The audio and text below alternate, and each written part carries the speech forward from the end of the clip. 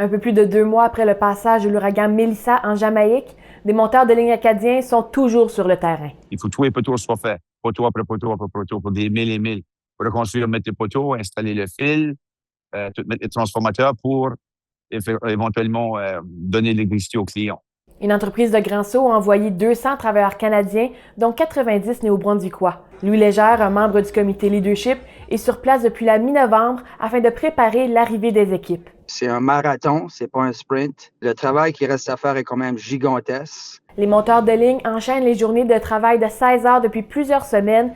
Il reste encore 10 % des foyers jamaïcains à rebrancher. C'est un 10 % qui est très difficile. Le 10 %, c'est 80 % de l'effort parce que souvent, c'est des endroits qui sont isolés. L'ouragan Mélissa, un ouragan de catégorie 5, a frappé le sud-ouest de la Jamaïque le 28 octobre avec des vents atteignant les 300 km/h.